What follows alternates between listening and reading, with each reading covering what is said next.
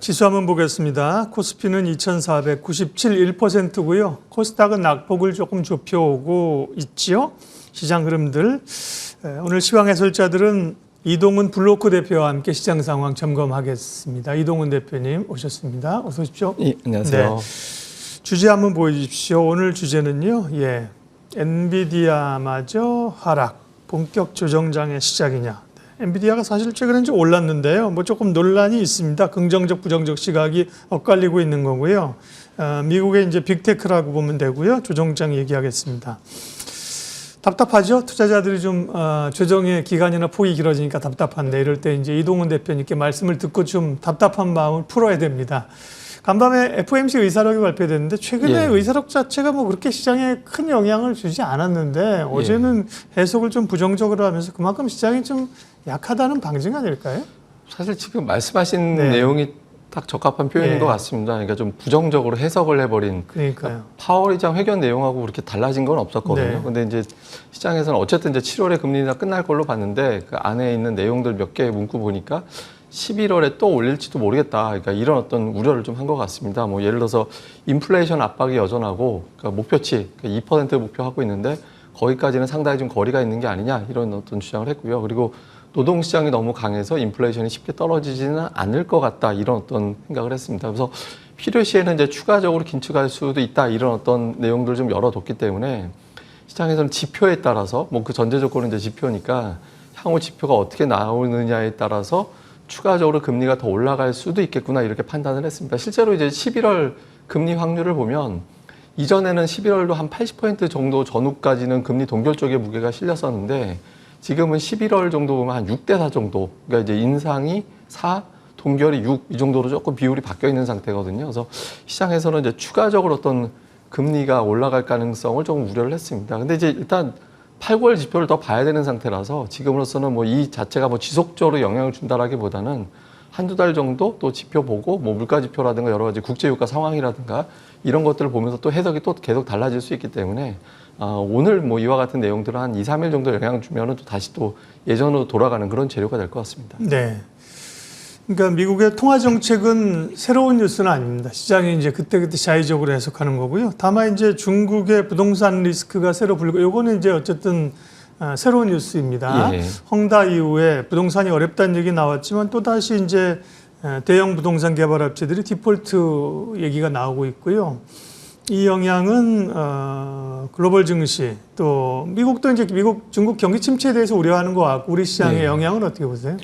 우리가 이제 생각을 해보면 그러니까 중국 사람들 자산의 한 4분의 3이 부동산이라고 하거든요. 맞네요. 솔직히. 그러니까 이제 부동산이 만약에 이제 떨어지게 되면 그러면 아무래도 이제 소비가 위축될 수밖에 없다라는 게 되고요. 중국의 소비가 위축이 되면 중국에 이제 수출하는 입장에서 본다라면 상당히 실적에 또 추가적인 타격이 생길 수 있다 이런 어떤 우려감이 있고 특히 이제 올해 하반기에 경제가 좋아질 것이다라는 어떤 전제를 했던 게 중국이 리오프닝하면서 하반기 경제가 상당히 좋아질 것이다라는 걸 전제로 여러 가지 전망을 해놨는데 그러니까 이런 전망치를 전부 다 수정을 해야 되는 그런 상황이 생길 수 있습니다. 그래서 이런 부분들에 대한 우려가 하나가 있고 또 하나는 이제 수급적인 측면에서 본다라면 중국에서 이제 외부에 나갔던 투자 자금들 예를 들어서 주식이나 채권을 투자했던 투자 자금들이 중국 내에서 어떤 손실을 메꾸기 위해서 회수돼가는 과정에서 주식이나 채권을 매도하는 그런 상황이 만들어질 수 있거든요. 그러면 주식을 매도하게 되니까 주식시장은 빠지게 되고 그 돈을 또 외부로 끌고 나가게 되니까 또 환율은 올라가게 되고 그러니까 이런 어떤 악순환이 또 나올 수 있게 되는 겁니다. 그래서 이런 부분들에 대해서 좀 시장에서는 우려를 좀 하고 있는 상태고요. 특히 이제 중국에서 만약에 이제 미국 국채를 지금도 팔고 있긴 한데 추가적으로 계속 판단하면 이건 달러 인덱스가 또 올라가고 이런 어떤 복잡한 여건들이 또 만들어질 수 있거든요. 그래서 이런 부분들에 대한 어떤 부담인데 다만 우리가 이제 헝다 문제가 지금 몇 년째 계속 끌고 오면서도 터지진 않고 있거든요. 채무 조정을 부분적으로 시행하고 있다든가 이제 부채를 주식으로 바꿔서 한다든가 이렇게 조금씩 지금 합의가 되고 있다라는 내용들이 나오고는 있습니다. 그래서 지금 아무래도 아마 결국에는 이제 질서 있는 퇴로를 열어주는 방식으로 시간을 끌면서 최대한 끌고 갈 가능성이 높아서 단기로는 좀 부담이 되는데 중장기로는 계속 달고 가는 어떤 사안으로 시장의 충격은 조금씩 좀 완화가 되는 방향으로 가지 않을까 이렇게 보고 있습니다. 중국 문제는 어찌 보면 그 부동산 업체들의 문제보다는 전반적인 경기 침체를 어떻게 극복하느냐 그게 더 좀 구조적인 문제가 아닐까 싶고요. 그를 위한 중국 정부의 부양책도 단기적으로 좀 기대해 볼 만도 합니다. 환율이 그러면서 이제 우리 원화만 약한 건 아니지만 위안화 약하고 또 엔화 약하고 이러면서 원화 약세, 환율 상승이죠. 1,340원까지 오늘 급기야 올랐는데요. 환율 우리 원화보다도 이게 달러가 강세로 가면 사실상의 부담이 되는 거잖아요. 예. 이게 이제 좀 나눠서 생각을 해보면, 그러니까 미국 요인이 있고 다른 나라 요인이 있잖아요. 네. 그래서 이제 미국 요인을 생각을 해보면, 그러니까 미국의 경기가 생각보다 강하다. 오늘 뭐 GDP 나오는 거 보니까 5.8%까지 미국의 성장 전망이 연율로 따졌을 때 이 정도 수치까지 나오고 있거든요. 그러니까 미국이 강하다면 그만큼 달러가 강할 수밖에 없는, 그러니까 돈이 이제 미국으로 가게 될 거니까 이런 요인이 하나가 있고, 또 하나는 이제 미국의 국채 발행이 생각보다 좀 많이 발행이 될 것 같다. 그래서 3분기에 작년도 한 7천억 달러 정도 됐었는데 올해는 1조 달러 정도 국채 발행이 되니까 다른 나라에 있던 달러 자금이 미국의 국채사로 그쪽으로 가거나 또는 이제 미국 내에서 자금 자체도 국채를 사기 위해서 그쪽으로 들어가 버리는 상태가 되니까 달러가 이제 귀해지는 거죠. 그래서 달러가 강세를 보이는 요인이 생기는 거고, 외부 요인은 최근에 이제 뭐 유럽보다는 주로 이제 일본하고 그러니까 중국, 위안하고 이제 엔화 쪽을 많이 보게 되는데, 이제 엔화의 어떤 약세, 뭐 일본이 YCC 결정하긴 했지만 생각보다는 그렇게 금리 인상 효과가 그렇게 크지 않다라는 내용들이 나오면서 엔화가 지금 계속 올라가고 있고, 뭐 중국은 지금 경제 상황이 여의치 않다 보니까 이제 계속 빠지고 있거든요. 그래서 지금 차트로 보고 계신 게 이제 엔달러 환율인데, 보시면 지금 146엔 정도까지 올라와 있잖아요. 근데 우리가 지금 잘 봐야 되는 게 왼쪽 구간입니다. 왼쪽에 작년도 9월 이후에 145, 148 이 위치까지 갔다가 뚝 떨어지는 상황이 만들어냈었는데, 저때 일본 당국의 개입이 있었다라고 지금 추정이 되고 있거든요. 그래서 이번에 관건은 이제 개입이 될 거냐. 저게 이제 개입이 된다라고 해서 뭐 무조건 빠지는 건 아니지만, 환율을 결정짓는 여러 가지 요소 중에 하나가 이제 투기 세력들의 포지션도 상당히 영향을 주거든요. 근데 만약에 당국의 개입이 생각보다 강하게 된다면 저 포지션이 좀 바뀔 수도 있어서, 지금으로서는 저 개입이 어떤 형태로 되느냐, 또 엔화뿐만 아니라 위안화가 동시에 대해서 환율을 바꿔줄 수 있느냐, 이런 어떤 흐름이 나오는지가 단기적으로는 좀 환율을 꺾을 수 있는 어떤 계기, 그게 나올 때까지는 좀 환율이 좀 불안정할 가능성이 있다, 이렇게 봐야겠습니다. 환율은 이제 양면의 날인데요. 환율이 높다는 거는 수출주에게는 도움이 됩니다. 그러니까 대표적인 우리 대형 수출주들, 반도체, 자동차 이런 게 수출 많이 하는 품목 아니겠습니까? 근데 이게 3분기 실적에 긍정적인 영향을 미칠지 모르겠지만 지금은 그런 긍정적인 환율 효과도 잘 안 나타나는 것 같습니다. 이게 이제 그 최근에 어떤 특성이 있냐면, 그러니까 환율이 보통 올라가면 이제 수출주 기업들 좋아하지만 수급적인 측면에서 보면, 그러니까 외국인 투자들이 환율이 올라가면 주식 환차손이 생기잖아요. 그러니까 네. 환차손을 피하기 위해서 선물을 많이 팔게 되거든요.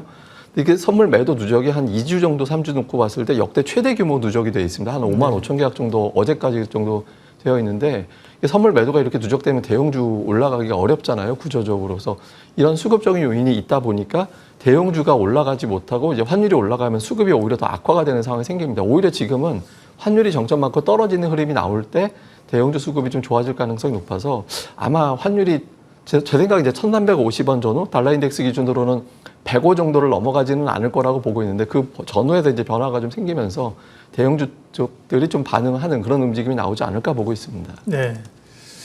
엔비디아 얘기하겠습니다. 오늘 주제였는데요. 예. 사실 최근에 그 미국의 빅테크 랠리를 끌었던 게 이제 엔비디아였는데 주가가 좀 주춤하고요. 우리 쉬는 날 그날은 또 엔비디아가 7% 급등했어요. 네, 급등하고 이틀 그 다음 날에 0. 몇 %, 어제는 1% 빠졌고, 많이 올라서 월가에서도 약간 좀 부정적 시각이 있다가 최근엔 또 목표가도 상향하고 왔다 갔다 합니다. 또 다음 주 실적 발표 있어요. 예. 엔비디아와 국내 반도체주는 어떻게 움직일까요? 엔비디아는 최근 들어서 갑자기 어제부터 보고서가 많이 나옵니다. 그러니까 네. 목표 주가 상향하고 막 이런 540달러라든가 이렇게 이제 상향하는 보고서가 되게 많이 나오고 있는데, 좀 추정을 해보면 엔비디아 이번 분기에 발표될 실적이 생각보다 훨씬 더 잘 나오는 게 아닌가 이렇게 보여지고, 또 이제 일부에서는 한 3, 4분기 정도는 계속해서 실적이 예상했던 것보다 훨씬 더 잘 나올 것 같다, 이런 이제 분석을 하는 것도 나오고 있거든요. 그래서 지금으로서는 이제 엔비디아의 어떤 실적은 독보적으로, 그러니까 좀 상당히 이제 돋보이는 이제 그런 형태가 이어질 가능성이 높아서, 이게 시장이 좋을 때 모르겠는데 이게 안 좋을 때는 확실한 쪽에 자꾸 자금이 몰려가는 특성이 좀 있거든요. 그래서 오늘도 뭐 엔비디아 주가가 이제 빠지지 않고 있다가 이제 시장이 워낙 좀 안 좋게 내려가고 하다 보니까 이제 덩달아 밀리긴 했지만 낙폭이 그렇다고 그렇게 크지는 않았습니다. 그래서 결과적으로 이제 엔비디아의 흐름은 지금은 이제 실적이 확실한 쪽으로 자금이 몰린다라는 점에서 본다면 뭐 재차 올라갈 가능성이 있는데, 이제 다만 그 엔비디아하고 반도체주하고 지금 구분이 되는 조짐들이 나오고 있거든요. 지금 차트를 보고 계신 게 빨간색 선이 엔비디아하고 파란색 선이 마이크론 테크놀로지인데 네. 그러니까 주가가 상당히 좀 차이가 나죠. 그러니까 최근 들어서 또 오늘만 해도 마이크론 테크놀로지는 어제 오늘 이틀 동안 좀 빠졌지만 엔비디아 주가는 올라가고 눌리고 뭐 이틀 동안 거의 제자리였거든요. 그래서 이렇게 지금 D램 쪽하고 AI 관련된 반도체하고 시장에서는 좀 구분을 하고 있는 그런 양상입니다. 그러니까 이게 D램 가격 회복이 생각보다 좀 더딘 것 같다. 그리고 내년도 하반기야 돼야 가격이 회복될 수도 있다. 이런 식의 어떤 비관적인 어떤 주장도 일부에서 제기가 됐거든요. 그래서 지금 이제 따라가지 못하는 흐름이 나오곤 있지만 그렇지만 단가가 비싼 제품들, 뭐 DDR5라든가 아니면 이제 HBM이라든가 이런 것들에 대한 생산 비중이 자꾸 높아지면 거기에 따라서 자연스럽게 이제 D램의 낸드, D램 이런 거에 대한 감산되는 효과가 또 있거든요. 그래서 이런 부분들을 감안을 해본다면 이제 점진적으로 다시 좀 주가는 다른 반도체주들도 회복이 되지 않을까 보고 있고요. 그리고 제가 아까도 말씀드렸지만 반도체주 부진은 좀 수급적인 측면이 있다라고 보는데 지금 뭐 환율이 좀 정점을 치고 내려가서 외국인들이 다시 돌아오게 된다라면 뭐 국내 대형 반도체주들은 움직일 겁니다. 당장 오늘만 해도 어제 오늘만 해도 대형 반도체는 주춤하지만 뭐 HBM 관련해서 국내 중소형 반도체주들은 상당히 강하게 움직이고 있거든요. 그래서 예. 이렇게 이제 처음에 관련된 종목들이 움직이고 다음에 이제 일반적인 반도체주들도 따라가고 이런 흐름이 나오지 않을까 이렇게 보고 있습니다. 네. PSK홀딩스가 9%고요. 이수페타시스 7%. 한미반도체는 이제 어제 올랐고요. 말씀하신 것처럼 어제 필라델피아 반도체 지수가 2%나 하락했거든요. 오늘 예. 반도체주 힘들었는데 HBM을 포함해서 기판 업체들 좀 IT가 돌려내고 있고요. 삼성전자 하이닉스는 삼성전자는 최근에 사실 많이 빠졌습니다. 6만 원, 한 7만 3, 4천 원에서 6만 6천 원까지 빠졌는데 모건스탠리가 삼성전자에 대해서 긍정적 의견을 내놨다면서요. 근거는 뭔가요? 최근 들어서 보면 이제 반도체 재고 가격이 계속 그러니까 재고 부분이 좀 소진이 되고 있는 과정에 있고 그다음에 이제 또 한 가지는 최근에 그 생산 효율 그러니까 이제 앞서 말씀드렸던 대로 자연스럽게 이제 생산이 바뀌게 되면서 라인의 어떤 재편이 되면서 기존의 어떤 감산 효과가 이제 하반기 내년도로 가면은 이제 가격을 끌어올리는 그런 동력이 될 가능성이 있다라는 점들. 그다음에 이제 결국에는 이제 고 제품의 단가가 계속해서 비싼 제품의 판매 비중이 높아지면 높아질수록 실적이라든가 영업이익률의 개선이라든가 이런 것들은 또 나타날 수 있거든요. 그래서 이런 부분들에 대해서는 좀 긍정적으로 보고 있는데 다만 지금 주가가 못 가는 건 어제 이제 그런 기사가 나온 게 있습니다. 그러니까 국내 굴지의 반도체 기업 임원이 그러니까 반도체 턴이 내년도 하반기나 돼야 될 것 같다라는 식으로 그러니까 너무 안 사간다, 수요가 안 따라주고 있다 이런 발언을 했다라는 게 보도가 됐었거든요. 그래서 그러니까 기대했던 속도는 사실 4분기 정도부터는 본격적으로 가격 회복을 봤었는데 그게 이제 늦춰질 가능성이 또 제기가 되다 보니까 이 영향까지 받아서 지금 주가는 제대로 반영은 못 하고 있는 것 같습니다. 근데 다만 이제 뭐 개인적인 의견인 것 같고요. 그러니까 지금 뭐 HBM 수요라든가 이런 걸 감안해 봤을 때는 실적은 어쨌든 좀 회복 국면으로 넘어가고 있는 것 같다. 이런 측면도 좀 주목을 해봐야 될 것 같습니다. 네. 초전도체 질문이 있네요. 안 하고 싶은데. 예, 그러게요. 이건 뭐 사실은 워낙 정신을 좀 뺏게 만드는 주제여서요. 뭐 아니라고도 하는데 넘어가도 된답니다. 네, 얘기는 안 해도 굳이. 네. 자, 그러면 반도체 얘기도 했었고요. 뭐 앞서 자동차나 이런 쪽도 대형주도 좀 못 가긴 하는데 지금 상황은 그럼 조정에 좀 2,500이 깨지면서 어려운 구간으로 갑니다. 어떤 전략으로 8월을 보내는 게 좋은지 또 어떤 섹터 좋을까요?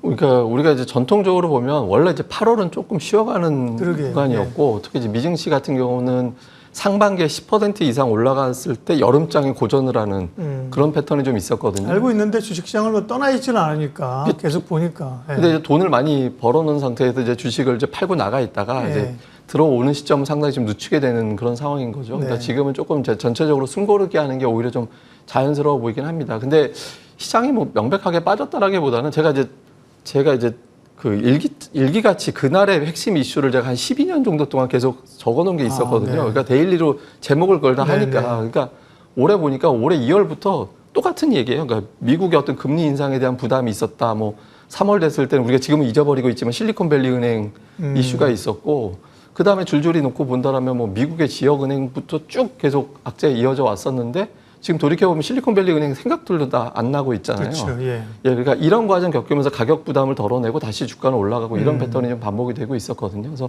지금은 이제 큰 흐름이 바뀌었다라기보다는 좀 공백 기간을 이용해서 쉬어가고 있다라는 게 하나가 있고, 또 하나는 오늘 미국 기사 중에 좀 재밌는 걸 하나 본 게, 최근에 이제 거래 만기가 하루 이하인 어떤 옵션 거래 비중이 그렇게 높아졌는데 예. 이게 종가를 이렇게 흔들고 있다고 합니다. 그러니까 이제 이런 것들 때문에 지수가 또 왜곡된 측면도 있다라고 하거든요. 그래서 시장 자체가 크게 달라졌다. 뭐 물론 이제 환율하고 금리가 높아 있긴 하지만 추세가 바뀌었다라기보다는 이제 일시적인 조정으로 보고, 그러니까 최근 들어서 좀 가격 조정이 충분했던 종목군들, 그러니까 예를 들어서 뭐 환율이 올라가 있으니까 또 자동차는 또 여기서 반전이 나올 수 있다라고 봐야 될 것 같고요. 그리고 또 자동차는 완성차 쪽이 좋습니까? 부품 쪽이 지금 지금은 상대적으로 가벼운 게 이제 부품 주들이기 때문에 네. 또 실적이 상당히 잘 나왔던 게 뭐 제가 여러 번 말씀드린 SL이라든가 네. 이런 기업들은 실적 상당히 잘 나왔거든요. 그래서 이런 부품주들을 볼 필요가 있고, 네. 그다음에 반도체 쪽은 지금 대형주도 봐도 될 것 같습니다. 그러니까 삼성전자, 하이닉스도 충분히 조정을 받아왔기 때문에 그러니까 이런 류의 기업들, 그다음에 이제 좀 많이 빠졌다가 반등하다 눌려 있는 종목들, 인터넷, 네이버, 카카오 이런 네. 종목들이거든요. 그래서